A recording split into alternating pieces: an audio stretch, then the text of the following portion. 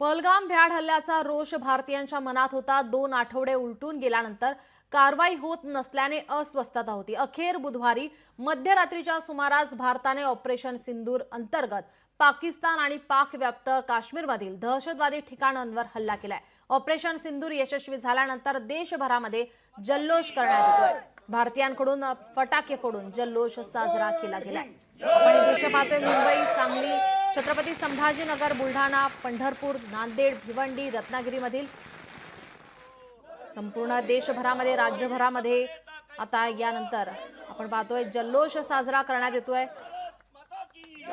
भारत माता की जय। जय हिंद।